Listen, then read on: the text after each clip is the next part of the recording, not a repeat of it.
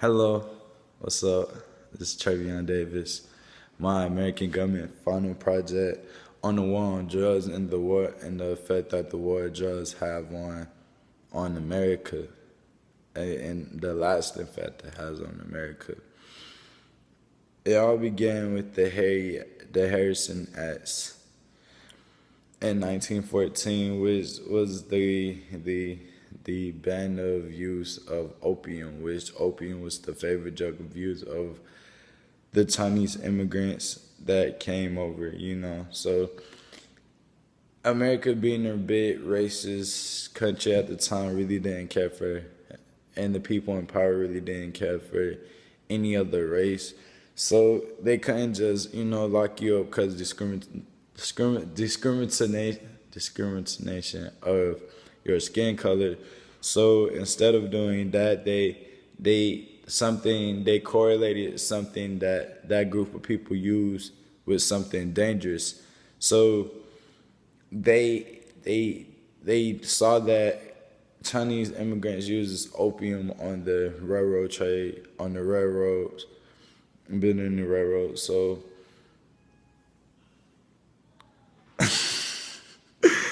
my bad, I apologize, but yeah, on the railroads. And Mexicans use marijuana, so like it is a real long lasting effect of this. You have you have Chinese using opium, you have Mexicans using Latinos and Mexicans using marijuana, and you have blacks using crack cocaine. That's why crack cocaine and powder cocaine is really in the eyes of the government is two different drugs because cocaine is relatively used by white people and crack cocaine is relatively used by blacks and Latinos. And poverty stricken areas. So so instead of criminalizing people for their skin color and trying to send people to jail for their skin color, they more so again associate skin color to a drug of choice, which was for black people was crack cocaine, and for Mexicans was marijuana. And they said that blacks and African Americans were the peddlers of the drugs, and they should face a harsher crime.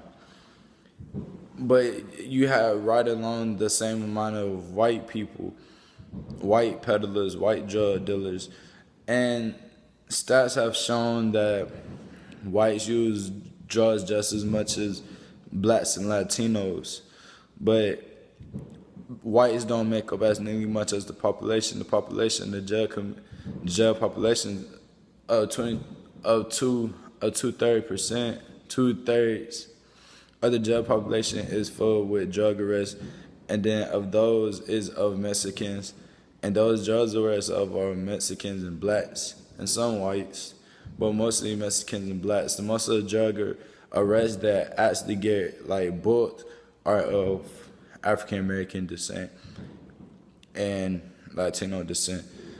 So they want to talk about disparity. Nixon and Reagan were protectors of their communities. They did proactive, preventive acts to help protect the affluential community, or which is the middle class white people community. They more so did that than really helping the problem, instead of dealing with the abuse and solving and helping getting people medical abuse, which it started off like that. It started off as medical abuse, helping getting people that abuse drugs medical help so they can help cure their disease that they're dealing with of drug addiction. But they really didn't, and then it went from there, and it became a bigger monster because then led into mass incarceration, which populations have doubled. And in 1947, the populations of the jail was maybe 40,000. Now in today's is almost 2 million. jail population, most of those are blacks and Latinos and whites, but not whites of drug crimes, more whites of or bigger serious crimes, and drug legalization would receive some of the pressure. That's really a lot of attention that's going on in America, because the attention that's going on in America is against police and minorities. Really not the majority, which is the white people, but it's just, But from my research, it shows that if you legalize drugs, it'd be a lot less drug arrests, because you'll have a lot less, because drugs are mostly used in places where there's really no hope, and that's really your only escape. So the only places that is poverty-stricken neighborhoods. We do it as an escape, where to our counterparts, they use drugs as recreational, as this is something fun to do. But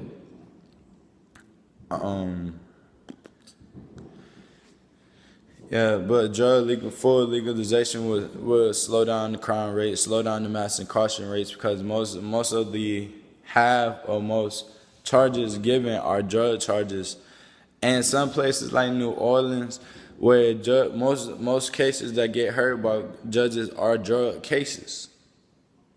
Once again, poverty-stricken area. What else do you have to do? There's really no choice. But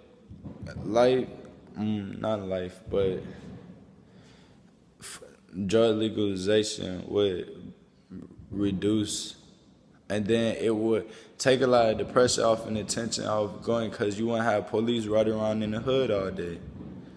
You wouldn't have police, because you don't find nothing until you go looking for something. Until that happens, then you have found whatever you was looking for, but before then, you really couldn't find it if you didn't go looking for it. So it did take a lot of pressure off of that, because the police presence in urban communities changes the community. It changes the vibe of the community. It doesn't bring peace. It brings worrisome, because they know that at any time, any one of us could be shot down or hurt or by anything that we do, just normal basis. But because you're not from this community, you wouldn't know what a normal basis would look like in a poverty-stricken neighborhood. But Richard Nixon and Ronald Reagan acts that they plays along with Bill Clinton was more so on the let's get people help. Ronald Reagan and Nixon were more on the war on drugs is enemy number one, public enemy number one, and has to be dealt with and eradicated. So in doing that, they made the urban community super predators of the white community. So by that occurring, it made it even easier, because it's like I gotta protect my kids from these dangers of the judicial system and the urban and the international communities with the use of drugs. So the only way to do that is to now make laws to protect me, to not protect me, but to protect my kids and my future, because I don't want these kids' lives to be ruined, because these are kids that have a very bright future ahead of them.